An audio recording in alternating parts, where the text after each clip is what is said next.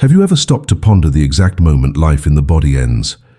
I'm not talking about when medical devices record the last heartbeat or when the eyes lose their luster, but about the actual passage, the intimate experience each spirit undergoes in the first minutes and hours after disincarnation. This question, which seems so distant and even uncomfortable, is precisely what most attracts our curiosity, because everyone, without exception, will have to face it. After all, if death is the only certainty we have, why not seek to understand what awaits us immediately after this transition point? It is about these first 24 hours that we will talk, in light of Spiritism, codified by Allan Kardec, and the countless spiritual communications that offer us precious clues. Prepare yourself. What you are about to hear is not just theory, but a reflection that can change the way you look at your present life. When Allan Kardec began his research, the great doubt that arose was whether there was truly consciousness immediately after death. Many believed that the soul fell into a deep sleep, a state of unconsciousness, awaiting an awakening much later. However, the communications from spirits revealed something different. For most, consciousness remains active, and the transition can be more or less clear according to the person's degree of detachment and moral preparation. Thus, in the first hours, some awaken almost immediately, realizing they are outside the body, while others fall into a kind of torpor, like a heavy dream from which they struggle to wake up. This difference is not punishment or privilege, but a natural consequence of the cultivated inner life. Those who prepared themselves, who reflected on spirituality and lived serenely, tend to have a more lucid experience, while those who are too attached to the body and matter may feel confused, not realizing that they have already crossed the threshold. This initial state of torpor is one of Spiritism's greatest revelations. Imagine someone who, after surgery, wakes up from anesthesia without knowing exactly where they are. There is a feeling of strangeness, of not immediately recognizing one's own state. This is what happens to the recently disincarnated spirit. It may not perceive the absence of the physical body and continue to believe it is alive in the material world. It may try to talk to family members, touch objects, follow its routine, until it realizes that no one hears or responds. It is at this point that anguish arises. The spirit sees itself present, but cannot communicate as before. It's like being in an invisible environment, separated by a subtle barrier. For some, this moment lasts minutes. For others, it can extend for days, until they finally accept the new reality.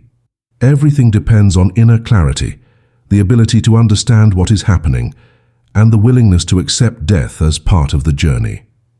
In the first 24 hours, something else of great importance described by Kardec also occurs: the detachment of the perispirit, that subtle envelope connecting the soul to the physical body. This process is not instantaneous. The link between the body and the spirit breaks little by little, as if they were energy threads that need to be untied. In some cases, the detachment is quick and smooth, like a knot that comes undone naturally. In others, it is prolonged and even painful, especially when there is excessive attachment to material life, or when disincarnation was marked by intense physical suffering. This is where descriptions from spirits come in, reporting feeling the pains of death even after the last breath. It's not that the body, already lifeless, still causes pain. It is the spirit, strongly attached, that continues to experience impressions as if trapped in matter. This is one reason why prayer and the serenity of family members are so important at this moment. Curiously, many spiritual accounts speak of spirits who, in the first hours, find themselves surrounded by disincarnated relatives or protective spirits. They come to help, guide, and comfort. The presence of these benefactors helps the newly disincarnated to understand the situation and detach more quickly from the body. This is why in so many cultures, the habit of praying for the dead, watching over their bodies and performing farewell rituals has been cultivated. Even without knowing the fundamentals of Spiritism, humanity has always intuited that the spirit remains close to the body for a time and needs help to move on in peace. This spiritual assistance is like a bridge. Some cross it immediately, accepting the invitation to move forward. Others resist, trapped by longing, fear, or attachment. In any case, we are never alone, and the love of those who have already departed manifests as a silent and welcoming force. These first 24 hours, therefore, are not the same for everyone, but they follow a recognizable pattern. There is progressive detachment, the gradual perception that life in the body has ended, the presence of spiritual family members, and the need to accept the new condition. For some, the process is quick and even liberating, especially for those who were already suffering physically or who were spiritually prepared. For others, it can be a period of disturbance and resistance. Spiritism teaches us that there is no arbitrary punishment in this process. Everything is a natural consequence of how we live, think, and feel. If we cultivate spiritual values and practice detachment, the passage will be lighter. If we live trapped by pride, materialism, or fear, the transition will be slower and more confusing. But regardless of how each one experiences this moment, the law of progress ensures that everyone, sooner or later, will awaken to the new reality. One of the most intriguing questions when we talk about the first 24 hours after disincarnation is the notion of time. For the spirit that has just left the body, time is not experienced in the same way we perceive it when incarnated. While here we count minutes, hours, and days based on the regularity of clocks, in the spiritual plane, time is lived in a more subjective way, linked to the state of consciousness. This means that for some, the first hours can seem very long, an eternity of disturbance or confusion. For others, they pass almost instantly, as if they were just moments of transition. This detail is fundamental because it helps to understand why spiritual accounts are so varied. Each one describes their experience based on how they perceived time and the environment around them. Kardec was very careful in his research to highlight this difference, explaining that the phenomenon is not uniform and that everything depends on the spirit's degree of lucidity. Many spirits report that, upon awakening immediately after death, they still retain physical impressions. Some believe they feel cold, heat, pain, or hunger. Naturally, the body no longer responds, but the perispirit's connection to the last reflexes of earthly existence can produce these illusory sensations. This explains why in certain ancient traditions, food or objects were offered to the dead. It was an intuitive way of trying to calm a being who still felt attached to material life. Spiritism clarifies that it is not a real need, but a transitory sensation, a result of initial attachment and confusion. The more the spirit detaches, the more quickly these impressions disappear. This revelation is of great practical importance because it shows us how living detached from material excesses can make our passage much more peaceful, preventing us from being trapped by unnecessary illusions and discomforts. During this period, a recurring scene described in mediumistic communications is that of the spirit observing its own body. Many do not immediately understand what they are seeing. Some do not accept that that inert body is theirs, believing they are looking at a stranger. Others, more lucid, recognize it and feel a mixture of surprise and liberation. This experience can be disturbing or comforting, depending on each person's inner disposition. It is here that one of the great truths of Spiritism manifests. Life continues, but how we perceive it depends on the intimate state we carry with us. If we cultivate serenity and confidence, recognizing the body as discarded clothing can bring relief. If we live in denial of spiritual life, this vision can generate despair. Therefore, an advanced understanding of this process is so valuable. Knowing what awaits us does not free us from going through it, but it allows us to face it with less fear. Another essential point in the first hours is the influence of the human environment. The way family members face death can affect the newly disincarnated. Excessive crying, despair, or revolt act as chains that hinder detachment. This does not mean that grief should not exist, but that the way it is expressed can help or hinder. Prayers, on the contrary, are described as true balms. They reach the spirit with vibrations of serenity, as if they were invisible hands that caress and sustain. Allan Kardec emphasized the importance of prayer at this moment, not as an empty ritual, but as a practical resource that directly influences the state of consciousness of one who has just crossed death. When a home is filled with prayers and thoughts of peace, an atmosphere of light is created that favors detachment and acceptance. When the environment is one of revolt, the disturbance is prolonged. This simple truth places us before a responsibility to transform our love into real help at the time of farewell. The support of protective spirits also proves decisive. Accounts abound of disincarnated relatives who appear to receive the new traveler. In many cases, these are beloved figures who departed earlier and now serve as guides in this crossing. The impact of this reunion is profound because it immediately confirms that death is not an end, but continuity. There are tears, yes, but tears of recognition and relief. However, it is important to note that not everyone immediately perceives the presence of these spiritual friends. Those more caught up in suffering or disbelief may not see them, as if they were blind to the help offered. This does not mean abandonment. It simply means that the spirit still needs time to free itself from the weight of its own impressions. The patience of the protectors is infinite, and they remain by its side until lucidity allows for reunion.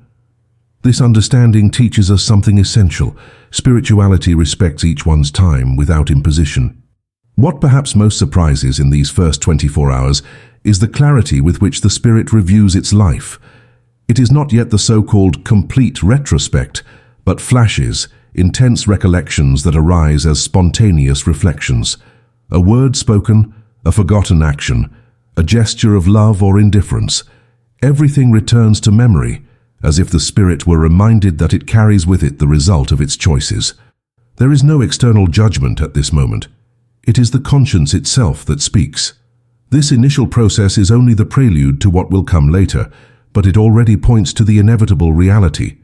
Spiritual life is the natural continuation of the moral life we cultivate here. If we live in coherence with values of love and respect, these reflections bring peace. If we ignore these values, they can generate remorse and restlessness.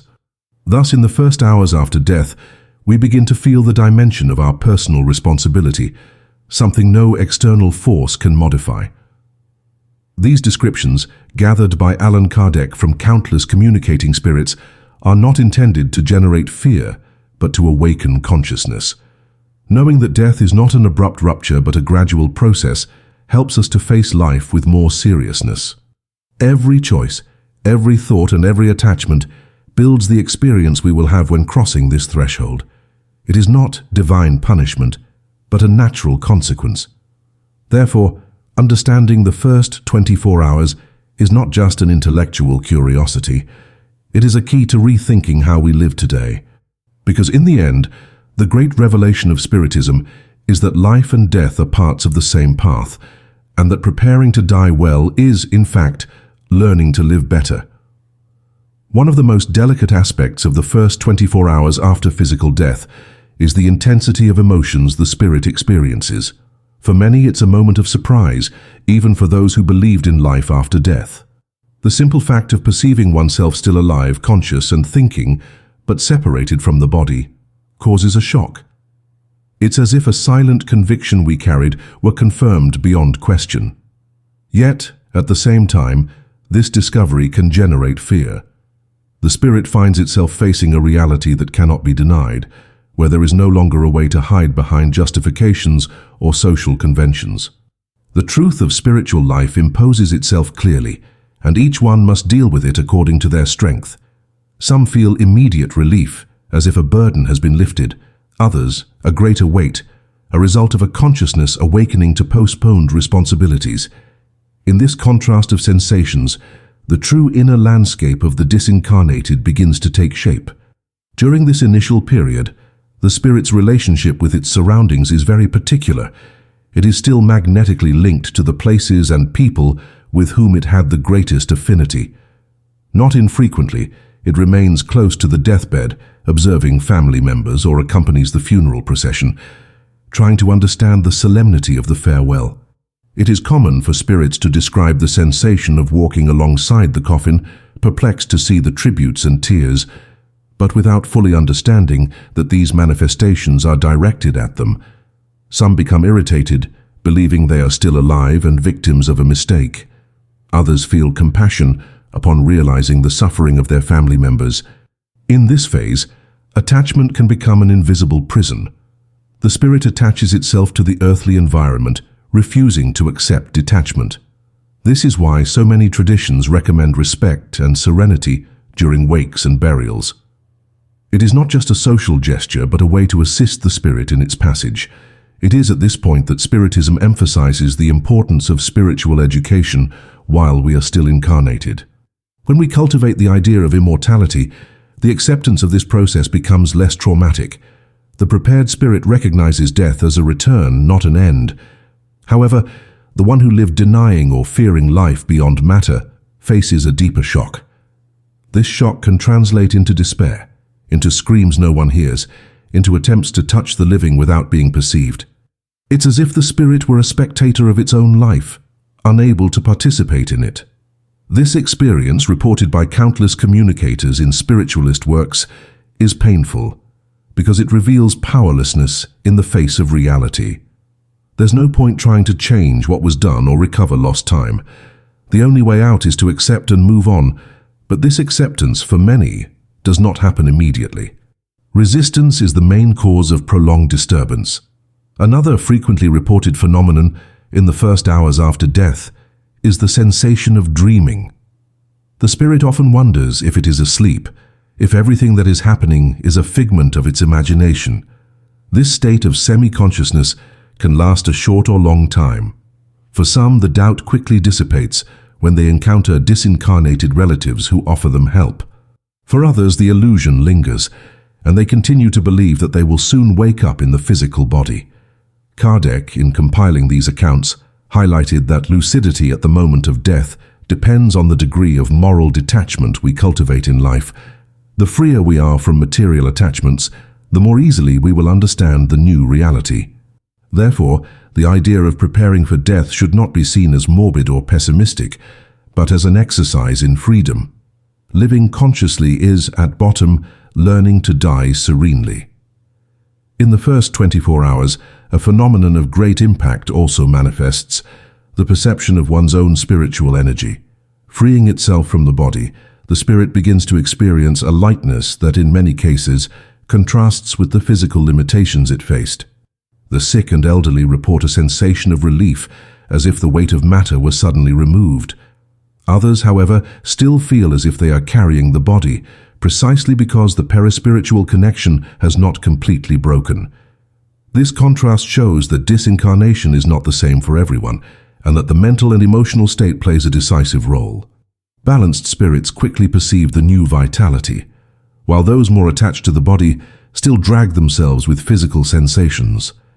This detail helps to understand why some people describe death as a happy awakening, while others portray it as an agonizing struggle. Everything depends on the inner baggage each one carries. There is also a deeply human aspect to this process: reunion or its absence. Many spirits are welcomed by disincarnated family or friends, but others, for various reasons, do not immediately perceive this presence. Sometimes, suffering or disbelief creates a kind of spiritual blindness, preventing the recognition of benefactors. This does not mean abandonment, but rather the need for maturation. The protectors remain there, even if invisible, awaiting the moment when the spirit will be ready to see them. It is a powerful lesson for us. We are never truly alone, but our perception can isolate us. This understanding reinforces the importance of cultivating trust in spiritual life while still alive. Those who believe, who nourish faith, open doors to a quicker and more comforting encounter. Those who deny or fear delay their own awakening, but inevitably will eventually recognize those who love them and await them in the beyond. Finally, it is important to emphasize that these first 24 hours are not a fixed rule, but a symbolic average. For some, the process of detachment and adaptation concludes in minutes. For others, it can take days or even weeks. Spiritism uses the 24-hour mark as a reference to explain the most critical period and the one most laden with impressions. This initial period is like the entrance door to spiritual life, a corridor that everyone must cross. In it, we experience confusion, surprise, reunions, and farewells. It is a process both universal and individual, because everyone goes through it, but each one lives it in their own way. This notion helps us to understand that, more than fearing death, we should prepare for it by living consciously, cultivating values that free us and bring us closer to spirituality. After all, how we pass through these first hours is a direct reflection of how we live each day of our earthly existence. If we reflect deeply on everything that happens in the first 24 hours after disincarnation, we realize that this period is like a mirror of the life we led. It brings no arbitrary surprises, does not place us before an external judgment, but returns to us what we were, what we cultivated, what we believed. The lucidity or confusion, the lightness or anguish, the reunion or the feeling of loneliness, all of this is the result of what we built within ourselves throughout existence. This is one of Spiritism's most liberating revelations, because it shows us that we have responsibility and at the same time power over how we will cross this inevitable moment. Knowing this changes the way we look not only at death, but also at life. Because every choice we make, every value we cultivate, is preparing the ground for this spiritual awakening. The communications from spirits that Kardec recorded clearly show that no one goes through this transition helpless. Even those who resist, who deny or who remain trapped in the illusion of being alive in the physical body, count on the patient and silent presence of spiritual protectors. They do not force, do not impose, but wait for the right moment to make themselves perceived. It is as if love were a constant presence, even if invisible. This realization is profoundly comforting, because it means that regardless of how we live, we will never be alone at the moment of death. We can hinder our own adaptation, we can prolong the confusion, but we will never be abandoned. Support always exists, and trust in this support can be the key to transforming a process that would be painful into an experience of welcome and liberation. Another aspect that deserves to be highlighted is the importance of the thoughts and vibrations of the living during this period. If we knew the real impact our emotions have on the newly disincarnated spirit, we might radically change the way we deal with farewells. Crying, despair, and revolt are not only understandable but also natural in the face of the pain of separation. However, when they become excessive, they end up trapping the spirit, like invisible chains that hinder its departure. Prayer, on the contrary, is a liberating force. It transmits serenity, confidence, and light, functioning as a beacon that guides the disincarnated amidst confusion. Therefore, instead of despairing, the greatest act of love we can offer to those who have departed is to pray sincerely, send thoughts of peace, and wish them to move forward safely. This gesture, simple in appearance, is of extraordinary efficacy on the spiritual plane. Many spirits describe in this 24-hour interval experiences that resemble a transition of environments. It is as if they leave a space laden with earthly impressions and are, little by little, led to more subtle and harmonious places. Some speak of corridors of light, others of tranquil landscapes, but all emphasize the sensation of gradual change. This displacement is not physical but spiritual, and represents the progressive distancing from the body and the vibrations of matter. The lighter and more detached the spirit, the more quickly it makes this passage. It is like crossing a bridge. For some, the path is quick and safe, for others, hesitant and full of stops. This transition marks the end of the first hours and the beginning of adaptation to a new reality, where the spirit will begin to understand its possibilities and responsibilities on the spiritual plane. The life review, which intensifies after this initial period, is a moment of extreme importance. During the first hours, flashes and quick recollections emerge. Afterwards, consciousness deepens, bringing a broader and more detailed vision of one's own existence. This process does not happen as an imposed judgment, but as a natural self-evaluation. The spirit clearly perceives the consequences of its actions, both those that generated good and those that produced pain. This vision is both fair and inevitable, as nothing can be hidden from one's own consciousness. It is at this point that spiritual learning consolidates, because the spirit begins to understand that its future happiness will depend on what it chooses to cultivate from that moment forward. This consciousness gives meaning to earthly life, showing that every act, however small it may seem, has a value that will resonate in the beyond. What do we learn then when looking at the first 24 hours after disincarnation? We learn that death is not an interruption but a process of continuity. We learn that the way we live has a direct influence on how we will die. We learn that we are never alone, even if we do not perceive the presence of those who support us. We learn that the love of the living, expressed in sincere prayers, is a powerful resource for aid. We learn that the spirit carries with it only what it has cultivated within, and that nothing material can accompany it. These lessons, extracted from Kardec's careful observation and the accounts of spirits, are not mere theories, but invitations to personal transformation. Because understanding death is, above all, understanding life. And it is precisely here that we need to pause to reflect together. If you have reached this point in the video, it is because the topic has touched your mind and heart. This shows that in some way, you are already seeking to understand yourself and your existence more deeply. And I want to ask you something. Allow yourself to take this reflection beyond the video. Ask yourself sincerely how you have been living. Ask yourself what values you are cultivating, what attachments still hold you, what fears still prevent you from living with serenity. Because the best preparation for death is not to fear it, but to live in such a way that it becomes merely a natural passage without trauma. This is the true revelation that Spiritism brings us, that living well is the key to dying in peace. As we conclude this conversation, I want to invite you to be part of a larger journey. If this video has brought light to your doubts and comfort to your heart, please like it, subscribe to the channel, and share this content with those you love. This simple action can be the instrument for others, just like you, to find enlightenment and solace in the face of one of existence's greatest mysteries. Because talking about death is, in reality, talking about life. And the more we understand life, the more prepared we will be to cross one day the first 24 hours of our own disincarnation.